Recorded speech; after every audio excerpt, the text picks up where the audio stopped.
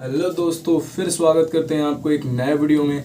इस वीडियो में हम लोग बात करेंगे जो आरआरबी एग्जाम में पूछे जा रहे क्वेश्चन उसके बारे में। फिजिक्स से रिलेटेड जितने सारे क्वेश्चन उसका डिस्कस आज हम लोग करने वाले हैं, तो वीडियो को पूरा देखिएगा बिना स्किप किए। अभी तक आप हमारे चैनल पर नए हैं तो प्लीज़ चैनल को सब्सक्राइब कर दीजिएगा, लाइक शेयर का बटन जरूर दबा दीजिएगा, ठीक है। तो फिर देखिए कैसे हम इस सारे क्वेश्चन को सॉल्व करते हैं जो कल के एग्जाम 25 अगस्त को जो एग्जाम हुए थे उस कल के एग्जाम में जितने सारे फिजिक्स के क्वेश्चन थे उसको आज हम लोग क्लियर करने वाले हैं। तो ध्यान दीजिएगा, वीडियो को स्टार्ट करते हैं। सबसे पहला और सबसे इंपॉर्टेंट क्वेश्चन भाई, सबसे पहला इंपॉर्टेंट क्वेश्चन है दोस्तों, कौन सा क्वेश्चन है देखिएगा ध्यान से। एक कांच था, ध्यान से, पहला क्वेश्चन था कांच दे रखा था, कांच, ठीक है। और कांच का अपवर्तनांक दे रखा था भाई, कांच का अपवर्तनांक दे रखा था, ठीक है। कांच था एक तारपीन, एक तारपीन, तारपीन का तेल था, एक मिनट, तारपीन का तेल था और कांच था, और दोनों का अपवर्तनांक दे रखा था, दोनों का अपवर्तनांक दे रखा था। कांच का कितना था, तो कांच का था 1.52। डाटा सेम नहीं होगा, कुछ मिस्टेक होगा, लेकिन बस इस क्वेश्चन का टाइप इस तरह था 1.52। उसके बाद दूसरा का था 1.47, तारपीन का 1.47। अब पूछा क्या गया था कि अगर तारपीन से कांच में प्रवेश करे तो प्रकाश किधर मुड़ जाएगी, ये क्वेश्चन था। तारपीन से कांच में प्रवेश करे यानी आपको जाना कहां है, तारपीन से, तारपीन से कांच में प्रवेश करने पर, कांच में प्रवेश करने पर, तो अगर तारपीन से कांच में प्रवेश करेगा, अगर तारपीन से कांच में प्रवेश करेगा तो ये प्रकाश किधर की ओर मुड़ जाएगी। तो आपको पता होना चाहिए, सबसे पहले हम एक डायग्राम बना लेते हैं और उसके बाद ये आपका हमारा नॉर्मल है। अब ध्यान दीजिएगा कि आपको जब पता होगा कि सघन, अगर विरल माध्यम से सघन में जाता है, विरल से सघन में जाता है तो किधर मुड़ जाता है, तो अविलंब की ओर मुड़ जाता है। और ये जो तारपीन है ना भाई, तारपीन जो दोस्तों, वे तारपीन आपका कौन सा माध्यम है, तो तारपीन आपका विरल माध्यम है। तारपीन कैसा माध्यम है, तारपीन आपका विरल माध्यम है। और कांच आपका कौन सा माध्यम है, तो कांच आपका है भाई सघन माध्यम, ठीक है ना। तो विरल से सघन में प्रवेश कर रहा है, विरल से सघन में प्रवेश कर रहा है, तो ये हो जाएगा, ये हो जाएगा किधर से किधर मुड़ेगा, तो ये हो जाएगा विरल से सघन में, तो यानी ये अविलंब की ओर मुड़ जाएगा। ये आपका राइट आंसर होगा। यही अगर रहता पूछता कि कांच से तारपीन में प्रवेश करता, कांच से तारपीन में प्रवेश करता तो यह अविलंब से दूर भाग जाता, कांच से तारपीन में प्रवेश करता तो अविलंब से दूर भाग जाता। यहां पर कांच से तारपीन नहीं बोला गया, तारपीन से कांच बोला गया, तो ये आपका राइट आंसर होगा कि अविलंब की ओर मुड़ जाएगा या नॉर्मल के तरफ ये मुड़ेगा, ठीक है ना। इधर ना जाकर के नॉर्मल के तरफ मुड़ेगा। दूसरा क्वेश्चन देखते हैं, ठीक है। अगला क्वेश्चन बहुत ही प्यारा क्वेश्चन था, इसमें कुछ बोलने वाली बात नहीं थी, बस ये क्वेश्चन को दे रखा था कि बनाएंगे तो बनाएंगे इसे कैसे, ठीक है। अगर इसका अपवर्तनांक पूछता कि इसके तुलना में इसका अपवर्तनांक क्या होगा तो वो भी निकाल लीजिएगा। जैसे मान लेता, बोल देता कि किसका अपवर्तनांक किसी के तुलना में कितना है, तो अगर बोलता तारपीन का अपवर्तनांक कांच की तुलना में, तो तारपीन का अपवर्तनांक कांच की तुलना में फॉर्मूला लगा देना, m बराबर जिससे तुलना करता उसको नीचे, जिसको निकालना रहता उसको ऊपर। अगर क्वेश्चन में पूछता कि तुलना करने के लिए बोल देता, तो m बराबर कांच की तुलना में तारपीन, तो कांच की तुलना में तारपीन, तो कांच आपका नीचे और तारपीन आपका ऊपर। बहुत हल्का है, ठीक है। चलिए, अगर आपसे बोल देता कि तुलना करने के लिए बोला किसका किससे ज्यादा है, तब चलिए अब देखते हैं। अगला क्वेश्चन है,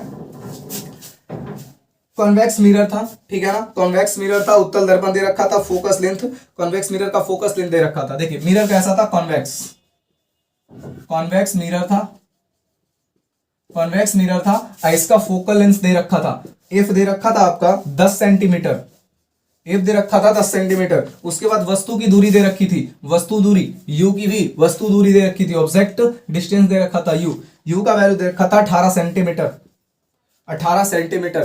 कैसा मिरर है, उत्तल, कैसा है, उत्तल। अब देखिएगा ध्यान से, अब देखिए कन्वेक्स मिरर में हमारा देख रहा, अब यहां से मिरर दे रखा हो, लेंस या मिरर है, सॉरी मिरर नहीं था, ये लेंस था, ठीक है ना, ये लेंस था। तो अगर लेंस दे रखा हो तो फॉर्मूला आप लोग जानते हैं 1/f = 1/v - 1/u। दूसरा चीज, अगर u का वैल्यू कितना है तो 18 सेंटीमीटर है, तो इसको हम लोग अकॉर्डिंग टू लेंस चलेंगे, ठीक है ना, अकॉर्डिंग टू लेंस।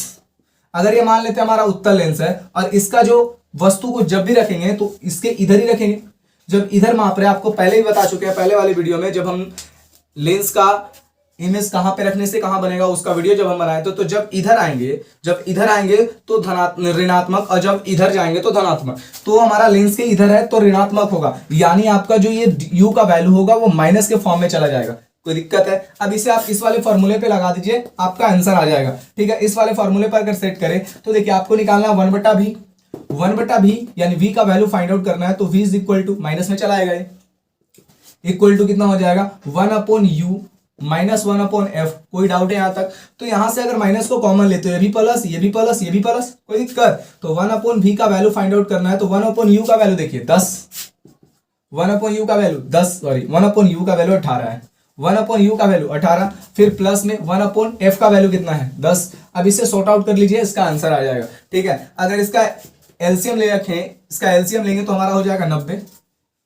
ठीक है, 90 ले लिए तो 18 पचे 90, 5 10 10 9 90, 9 9 5 14, यानी 1/v का वैल्यू आ गया आपका 9/14 सॉरी 14/90। अगर v का वैल्यू निकालना चाहे तो यह आ जाएगा 90/14। ये आपका राइट आंसर होगा v का वैल्यू निकालने के लिए, ये आपका राइट आंसर होगा। ठीक है, अब इसे सॉल्व करते हैं, अब इसे सॉल्यूशन करते हैं। एक सेकंड कहीं मिस्टेक है, एक सेकंड। हाँ थोड़ा बस यहाँ साइन में चेंज आ रहे थे। एक मिनट थोड़ा सा मिस्टेक है, पूरा गलत हो जाता। एक मिनट, ठीक है। अब देखिए 1/v का वैल्यू तो हम लोग देख लिए, 1/v का वैल्यू तो हम लोग देख लिए। अब यहां से चेक करते हैं इसका मान रखने पर, ये माइनस को ध्यान नहीं दिए थे।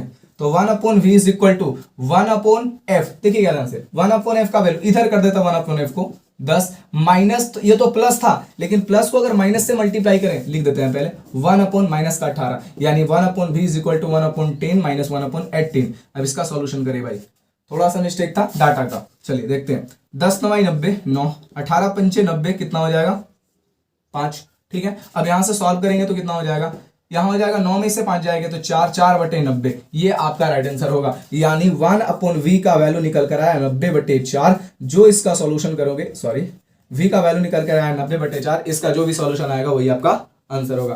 ठीक है, मिलते हैं नेक्स्ट क्वेश्चन की तरफ। ठीक है, इसे साफ करते हैं, किसी को स्क्रीनशॉट लेना है ले सकते हैं। ठीक है, चलिए अगला क्वेश्चन बहुत आसान था, बस डाटा वहां पे साइन का थोड़ा सा प्रॉब्लम था, इसी वजह से नहीं आया था। अगला क्वेश्चन, उत्तल दर्पण में ऑब्जेक्ट कहां रखने पर, उत्तल दर्पण में ऑब्जेक्ट कहां रखने पर। देखिए उत्तल दर्पण में क्वेश्चन दे रखा है, उत्तल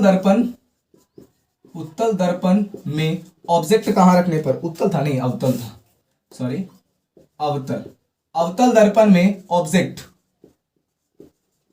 कहां रखने पर उसका प्रतिबिंब छोटा बनेगा, उसका इमेज छोटा बनेगा। इसका वीडियो बना दिए थे हम, आशा करते हैं आप नहीं देखे हैं तो देख लीजिएगा जा करके, डिस्क्रिप्शन बॉक्स में इसका लिंक मिल जाएगा, कहीं पे रखेंगे कैसा इमेज बनेगा सब कुछ का वहां पे मिल गया था आपका। अब ध्यान दीजिएगा, दर्पण कैसा है, अवतल है। एक हम अवतल दर्पण बना लेते हैं। ठीक है, अवतल दर्पण, जब अवतल दर्पण बनाएंगे तो बोला क्या गया है कि वस्तु को कहां रखेंगे। देखिएगा यहां पर आपका f हो जाएगा, यहां पर आपका 2f हो जाएगा, जिसको हम लोग c भी बोल सकते हैं। ठीक है, और ये आपका है अनंत। जब वस्तु को अनंत और c के बीच में रखेंगे, तो इसका प्रतिबिंब देखिए कहां बनता है। सबसे पहले रिफ्लेक्ट होकर फोकस को काटेगा, दूसरा ये सेंटर को होकर गुजरेगा, तो यहां पर जो इमेज बनेगा वो आपका सबसे छोटा इमेज बनेगा, जब वस्तु को हम लोग अनंत और वक्रता केंद्र के बीच रखेंगे। यानी यहां पर आंसर क्या हो जाएगा, अनंत और C के बीच में रखने पर वस्तु का सबसे छोटा प्रतिबिंब प्राप्त होगा। अगला क्वेश्चन था हीट का फॉर्मूला पूछा था। अगला क्वेश्चन बहुत इंपॉर्टेंट था, हीट का फॉर्मूला पूछा था। तो हीट का फॉर्मूला किसे याद नहीं है, हीट का फॉर्मूला बहुत ही आसान है, I²H=RT। ये बहुत ही फेमस फॉर्मूला है, तो इसे याद रख लीजिएगा। I²RT हीट का फॉर्मूला पूछा था, न्यूमेरिकल नहीं था, हीट का फॉर्मूला पूछा था, H=I²RT, इसका राइट आंसर होगा। अगला क्वेश्चन, जितने सारे फिजिक्स के क्वेश्चन है, जितने सारे फिजिक्स के डाउट है, हर दिन वो आपको यहाँ पे क्लियर कराए जा रहे हैं। तो वीडियो को ज्यादा से ज्यादा शेयर कर दीजिए भाइयों, दोस्तों ज्यादा से ज्यादा इसे शेयर करिए, लाइक का बटन दबा दीजिए, मोटिवेशन मिल सके कि नहीं, जो पढ़ा रहे हैं जो बता रहे हैं वो आप लोग को भी अच्छा लग रहा है। चलिए अगला क्वेश्चन, 9 ओम के 3 प्रतिरोध दे रखे हैं। 9 ओम के कितने प्रतिरोध है, 3 प्रतिरोध है। 9 ओम के यानी आपका आर का वैल्यू दे रखा था, R1 का भी, R2 का भी, R3 का, ये तीनों का मान दे रखा है 9। 9 ओम के 3 प्रतिरोध दे रखे हैं, समांतर क्रम में इसे जोड़ना है। कैसा क्रम में है, पैरेलल ग्रुपिंग में बोला है भाई। पैरेलल ग्रुपिंग में फॉर्मूला याद रखिएगा, R पैरेलल ग्रुपिंग में फॉर्मूला याद रखिएगा, R is equal to 1/R1 plus 1/R2 plus 1/R3। बहुत ही आसान है, ठीक है। 1/R का वैल्यू आप ले सकते हो 9, ठीक है। 1/R का वैल्यू ले सकते हो 9, 1/R2 का वैल्यू ले सकते हो 9, 1/R3 का वैल्यू ले सकते हो 9। अब देखिए यहां से एलसीएम ले लेंगे 9, तो यानी कि 1 1 1 3, ठीक है। 1/R इज इक्वल टू 3/9, यानी इसको काटोगे तो 3 3 9। आर का वैल्यू कितना निकल कर आ गया भाई? 3 ओम निकल कर आ गया, यानी इसका समतुल्य प्रतिरोध नेट रेजिस्टेंस का वैल्यू आपका 3 ओम है। कोई दिक्कत है यहां तक समझने में? बहुत ही आसान है, ठीक है। अगला क्वेश्चन, 2 बल्ब दे रखे थे, चलिए इसे साफ करें। अगला क्वेश्चन, 2 बल्ब दे रखा था, कितना बल्ब है? 2 बल्ब है।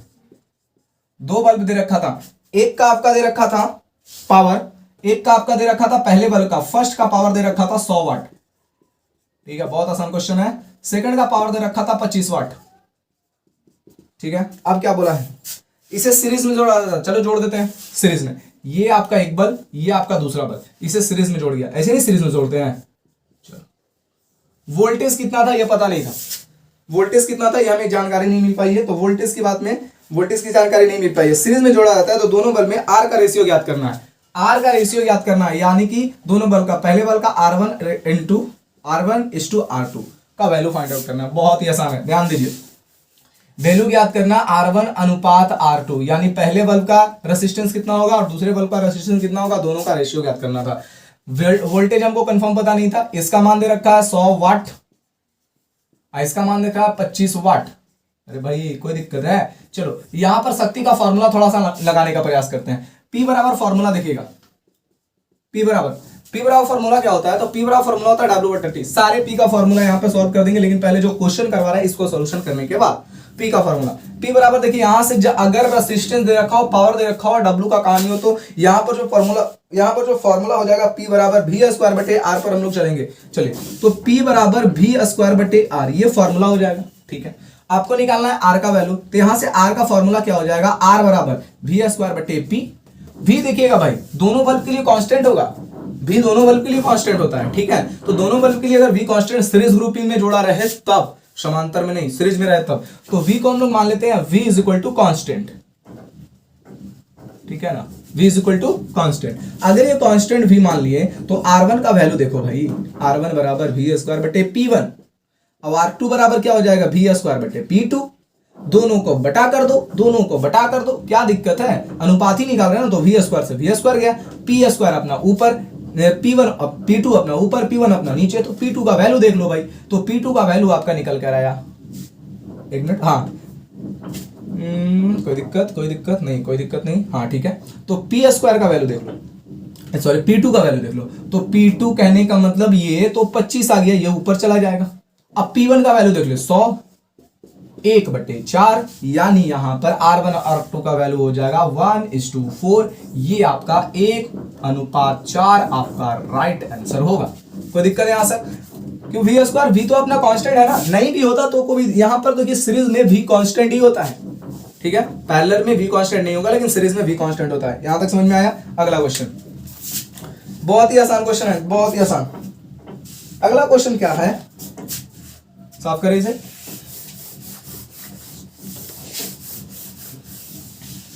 अगला क्वेश्चन है आपका, खोखली नलिका में मैग्नेटिक इफेक्ट कैसा होता है? खोखली नलिका, चलो देखते हैं। क्लास 12 की बात कर ले थोड़ा। परिनालिका आपने देखा होगा, परिनालिका एक खोखली नली होती है जिसके लंबाई की तुलना में व्यास बहुत कम होता है, पता है ना आपको। परिनालिका एक खोखली नली होती है जिसके लंबाई की तुलना में व्यास बहुत कम होता है। अब बोला ये खोखली नली पर मैग्नेटिक इफेक्ट कैसा होगा? बीच में तो कोई मैग्नेटिक इफेक्ट नहीं होता भाई, बीच में कोई मैग्नेटिक इफेक्ट नहीं होता है। जब इसके ऊपर तार लपेटते थे इसके किनारे पर मैग्नेटिक इफेक्ट आने लगते हैं, तो यानी ऑप्शन में इसका था कि कहां पर कैसा होगा, तो इसका आंसर हो जाएगा मैग्नेटिक इफेक्ट किनारों पर बहुत ज्यादा होता है। कहां पर होता है? किनारों पर इसका मैग्नेटिक इफेक्ट बहुत ज्यादा होता है, ये आपका राइट आंसर होगा, ठीक है। बीच में इसका कोई मैग्नेटिक इफेक्ट नहीं होता है। चलिए अगला क्वेश्चन, जो 12th पढ़े हैं उन्हें अच्छे से तरीके से पता होगा। अगला क्वेश्चन दे रखा है, प्रतिरोध से क्वेश्चन आ रहे हैं भाई बहुत, हर शिफ्ट में। सेकंड शिफ्ट का देखना कहानी, वो फर्स्ट शिफ्ट का कहानी खत्म हो गया। प्रतिरोधकता का ऐसा ही मात्रक पूछा है, प्रतिरोधकता का ऐसा ही मात्रक पूछा है, तो आप आराम से निकाल लीजिएगा। देखिए प्रतिरोधकता का ऐसा मात्रक क्या होता है? ओम मीटर होता है। आपको प्रतिरोध नहीं बोला, अगर प्रतिरोध बोलता अगर प्रतिरोध बोलता तो देखा जाता, लेकिन प्रतिरोध तो बोला नहीं है, तो प्रतिरोध जब नहीं बोला है तो प्रतिरोध का तो ऐसा मतलब लोग जानते हैं ओम होता है, लेकिन यहां पर बोला है प्रतिरोधकता का ऐसा मात्रक होता है ओम मीटर, ठीक है ना, ओम मीटर। यह आपका राइट आंसर होगा, प्रतिरोधकता का ऐसा ही मात्रक ओम मीटर होता है। चलिए अगला क्वेश्चन, अगला क्वेश्चन, चलिए मिल जाइए कहां पे नहीं नजर आ रहा, हाँ चलिए मिल गया। अवतल दर्पण दे रखा है, अवतल दर्पण दे रखा है। तो अवतल दर्पण जब दे रखा है तो यहां पर बोला है एफ का वैल्यू 15 सेंटीमीटर, उसके बाद और दे रखा है ऑब्जेक्ट यानी यू का वैल्यू दे रखा है आपका, यू का वैल्यू भी आपका मिला हुआ है क्या भाई 30 सेंटीमीटर, और क्या दे रखा है आपको इमेज निकालना है I is equal to watt, यानी कि बोला है कि V का वैल्यू निकालो, ठीक है, कोई दिक्कत नहीं है। फॉर्मूला अवतल दर्पण का, दर्पण सूत्र लगा दो 1/f is equal to 1/u plus 1/v, कोई दिक्कत है, 1/v निकाल देंगे, V का वैल्यू फाइंड आउट करना है, तो V का वैल्यू कौन नहीं फाइंड आउट कर लेगा यहां से आराम से। दूसरा चीज ध्यान देना, यहां पर जो 30 होगा वो प्लस में होगा कि माइनस में होगा, उत्तल दर्पण या फोकस दूरी प्लस में होगा कि माइनस में होगा, ये सारे चीजों को आपको डिस्कस करना है, सोच कर चलना पड़ेगा, प्लस में होगा माइनस में होगा, प्लस में होगा कि माइनस में होगा। अवतल दर्पण है ना, हाँ दर्पण है, चलिए दर्पण है, हाँ दर्पण है, चलिए अवतल दर्पण है, फोकस दूरी दे रखा था 30 सेंटीमीटर, प्लस में होगा कि माइनस में होगा, ये चीज ध्यान दीजिएगा। अब ध्यान दीजिए, वस्तु को रखा गया है, अवतल है, वस्तु को कहां रखें ये बताओ, वस्तु को हम रखें कहां, तो वस्तु को तो इधर ही रखे हैं, तो वस्तु को जब इधर रखें तो ये दूरी प्लस में होगा कि माइनस में होगा, तो ये दूरी भैया प्लस में नहीं होकर माइनस में होगा, क्योंकि हम लोग इधर माप रहे हैं, तो इधर वाला ये दूरी माइनस में चला जाएगा, कोई दिक्कत है। अब इसे सेट कर दो, आंसर आपका मिल जाएगा। चलिए इसको सेट करते हैं, जो भी आएगा इसी कहानी पर इसे सॉल्व करके बना लोगे, ठीक है ना। अगला क्वेश्चन देखते हैं, आप लोग बना लीजिएगा ना इसे, क्योंकि अगले थोड़े दिन पहले इसका क्वेश्चन करवाए थे, ठीक है, तो कुछ आप लोग के लिए भी बचा होना चाहिए। अगला क्वेश्चन देखिए, रेसिस्टेंस 4 ओम, फिर मिला है रेसिस्टेंस का question, R is equal to 4 ohm, 4 ohm और दे रखा है, हाँ एक दे रखा है 6 ओम, यानी रेसिस्टेंस दे रखा है, V इज इक्वल टू दे रखा है 50 वोल्ट। अब क्या बोला है, तो अब बोला है क्या कि P1 और P2 का रेशियो फाइंड आउट करने के लिए बोला है, यानी P1 बटा P2 बराबर बट, कोई दिक्कत नहीं है। फॉर्मूला फिर भी याद है आपको, फॉर्मूला तो याद है, पहले फॉर्मूला निकाल रहे हैं, P is equal to V square बटे R, P is equal to V square बटे R, V तो आपका कांस्टेंट होगा, 50 वोल्ट के लिए दोनों है, 50 वोल्ट के लिए दोनों है ना, दोनों तो 50 वोल्ट के लिए है, तो दोनों 50 वोल्ट के लिए है, तो आप आराम से निकाल सकते हो। तो यहां पर अगर 50 रखो, यहां पर 50 रखो, बात दोनों बराबर है। चलो यहां पे, तो यानी यहां से निकालना है आपको P1, ये P1 या P का वैल्यू है या P का फॉर्मूला है, तो P1 का फॉर्मूला लिख देते हैं, P1 बराबर V स्क्वायर बटे R1 और P2 बराबर V स्क्वायर बटे R2। बोलो कोई दिक्कत नहीं सर, कोई दिक्कत नहीं। तो दोस्तों यहां से देखो P1 बटे P2 अगर फाइंड आउट करे भाई, तो V स्क्वायर बटे R1 यहाँ पे हो जाएगा और V स्क्वायर बटे R2 यहाँ पे हो जाएगा, कोई डाउट है। V स्क्वायर से V स्क्वायर अपना गया, V स्क्वायर से V स्क्वायर गया, बचा क्या भाई, बचा यहाँ पे P स्क्वायर P1 बटे P2 और यहाँ पर R2 बटे R1। कोई दिक्कत है क्या, नहीं सर कोई दिक्कत नहीं है। तो R2 का वैल्यू देख लो भाई, R2 का वैल्यू आपका 6 आया और R1 का वैल्यू आपका 4 आया, फाइंड आउट करो, 3/2 आपका राइट आंसर होगा। बोलो समझ में आ रहा है या नहीं आ रहा, बहुत आसान है। चलो तो जोरदार है, कैसे इसे शेयर करो, लाइक करो, ठीक है ना। अगला क्वेश्चन आपको फिजिक्स से रिलेटेड बहुत ही अलग तरीके से है, ठीक है, बहुत ही आसान समझोगे। चलो इसे साफ करते हैं। अगला क्वेश्चन आपके सामने फिर से ला रहे हैं। अगला क्वेश्चन क्या हो जाएगा उस पर ध्यान दीजिएगा आप लोग, बहुत ही आसान क्वेश्चन मिल रहा है, बहुत ही आसान क्वेश्चन। देखिए क्या है अगला क्वेश्चन, अवतल दर्पण में फोकस लेंथ दे रखा था। अगला क्वेश्चन में फोकस लेंथ दे रखा था। फोकल लेंथ क्या था, तो फोकल लेंथ आपका दे रखा था, ऑब्जेक्ट की दूरी भी दे रखी थी, इमेज का हाइट पूछा था। ऑब्जेक्ट की दूरी दे रखी थी, इमेज का हाइट पूछा था, और फिर क्या पूछा था, इमेज का हाइट पूछने के बाद, हाँ इमेज का हाइट पूछा था। देखिए क्या क्या दे रखा था, अवतल दर्पण में फोकल लेंथ दे रखा था, दर्पण कैसा था, तो अवतल था। डाटा नहीं पता है भाई, डाटा नहीं मिल पाया है, ठीक है ना। तो अवतल दर्पण में क्या क्या दे रखा था, एफ बराबर भी दे रखा था, एफ भी दिया गया था, एफ दिया गया था। उसके बाद ऑब्जेक्ट की दूरी दे रखी थी, यू भी दे रखी थी, यू भी दिया गया था। फिर देखो इमेज का हाइट भी था, देखो IMAGE हाइट भी दे रखा था, HIGHT का दिक्कत ये भी दे रखा था। चलो दे रखा था, पूछा क्या था, तो ऑब्जेक्ट का हाइट पूछा था। देखो ऑब्जेक्ट का हाइट निकालना है, height of object, H of object G object. चलो भाई, इसको हम डायरेक्ट तो निकाल नहीं सकते ऑब्जेक्ट का हाइट, तो सबसे पहले आपको निकालना पड़ेगा यहां से ऑब्जेक्ट का हाइट। एम बराबर फॉर्मूला होता है, क्या होता है, एम बराबर वस्तु की ऊंचाई, सॉरी प्रतिबिंब को, एम बराबर प्रतिबिंब की ऊंचाई, हाइट ऑफ इमेज लिख देते हैं, height of image H of I, height of image upon height of वस्तु है ना, हाइट ऑफ इमेज की ऊंचाई और बेटा हाइट ऑफ ऑब्जेक्ट। ठीक है, ये चाहिए, हाइट तो मिल पाया है इमेज का, हाइट ऑफ ऑब्जेक्ट निकालना है तो एम भी चाहिए। चलो चाहिए, एम निकालने के लिए क्या करना पड़ेगा, एम बराबर फॉर्मूला होता है वी बटा यू, एम बराबर फॉर्मूला वी बटा यू, एम बराबर फॉर्मूला होता है, देखो भाई एम बराबर फॉर्मूला होता है वी बटा यू। आपको एम निकालने के लिए वी और यू चाहिए, जिसमें आपको क्या मिल गया है, हाँ आपको मिल गया, देखो यू दे रखा है यू ना, v निकालना है तो फॉर्मूला आपको लगाना पड़ेगा दर्पण बराबर 1 अपॉन f बराबर 1 upon u plus 1 upon v। यहां से आप क्या निकालोगे, यहां से आप क्या निकालोगे, यहां से आप v निकालोगे। जब यहां से आप v निकालोगे तो यहां से आपका m निकल जाएगा, और जब यहां से आपका m निकल जाएगा तो इस वाले सेक्टर में m ले जाकर पुट कर देना, यहां पर इमेज का प्रॉपर्टीज पुट कर देना है कि इमेज का हाइट कितना दे रखा था। आप आसान से ऑब्जेक्ट का हाइट फाइंड आउट कर सकते हो। बोलो बात समझ में आया नहीं आया? ठीक है, जोरदार तरीके से लाइक करो, शेयर करो। ठीक है, बहुत ही आसान है। अगला क्वेश्चन, अगला क्वेश्चन। ठीक है, वीडियो को लंबा नहीं करने वाले हैं, थोड़ा कम ही नहीं समझ लेंगे हम लोग। क्वेश्चन देखिए, अगला क्वेश्चन क्या है कि बल्ब का तार किसका बना होता है? किसको नहीं पता है भैया? बल्ब का तार पूछा है, टंगस्टन, टंगस्टन का बना होता है, टंगस्टन का बना होता है। किसका बना होता है? टंगस्टन का बना होता है। ठीक है ना, बल्ब का तार बना होता है टंगस्टन का, टंगस्टन का बल्ब का तार बना होता है। अगला क्वेश्चन है भाई, अगला क्वेश्चन है सोलिनॉइड। सोलिनॉइड किस तरह का मैग्नेट है? तो सोलिनॉइड किस तरह का मैग्नेट है, ये क्वेश्चन है आपका, बहुत ही आसान क्वेश्चन है। सोलिनॉइड किस तरह का मैग्नेट है? तो सोलिनॉइड आपका जो मैग्नेट होगा वो आपका हो जाएगा इलेक्ट्रोमैग्नेट। सोलिनॉइड, सोलिनॉइड का समझ लीजिएगा थोड़ा कहानी। तो सोलिनॉइड में जब हम लोग ये देखिए परिनालिका को याद रखिएगा, तो परिनालिका एक सोलिनॉइड के जैसा, सोलिनॉइड मैग्नेट के जैसा कार्य करता है। तो सोलिनॉइड मैग्नेट कब तक कार्य करेगा? जब तक उसमें विद्युत धारा प्रवाहित होगी। विद्युत धारा प्रवाहित होना बंद तो सोलिनॉइड मैग्नेट का गुण खत्म, विद्युत धारा प्रवाहित होना बंद, सोलिनॉइड मैग्नेट खत्म। तो सोलिनॉइड मैग्नेट एक परिनालिका होता है, यानी जब तक इसमें विद्युत धारा प्रवाहित करेंगे तब तक ये क्या होगा, ये सोलिनॉइड एक मैग्नेट की भांति काम करेगा, वही सोलिनॉइड मैग्नेट कहलाता है। ठीक है, और उसके बाद एक होता है वार मैग्नेट। वार मैग्नेट जिसकी चुंबकत्व तो खत्म नहीं होती है उसको हम लोग कहते हैं वार मैग्नेट। तो जिसका चुंबकत्व तो खत्म नहीं होगा वो वार मैग्नेट होगा, और जिसका चुंबकत्व तो खत्म हो जाता है वो सोलिनॉइड मैग्नेट कहा जाता है। अब देखो अगला क्वेश्चन आपके सामने रखा गया है, V का वैल्यू दे रखा है भैया, V का वैल्यू दे रखा है सामने। देखिए अगला क्वेश्चन बहुत ही आसान, V इज इक्वल टू दे रखा है 220 volt, V is equal to 220 volt. I का दे रखा था वैल्यू, I बराबर 5 एम्पियर, I बराबर 5 एम्पियर। क्या पूछा है? P पूछा है, तो P बराबर फार्मूला लगा दो, P बराबर फार्मूला होता है V इंटू आई। तो P बराबर फार्मूला, V का वैल्यू आपका 220 इंटू 5, आप गुना कर दो, यही आपका राइट आंसर होगा। क्या कोई दिक्कत है यहां तक समझने में? चलिए थोड़ा सा इसे बात करते हैं P से। पावर से रिलेटेड कितने सारे फॉर्मूलाज होते हैं उसको देख लेते हैं।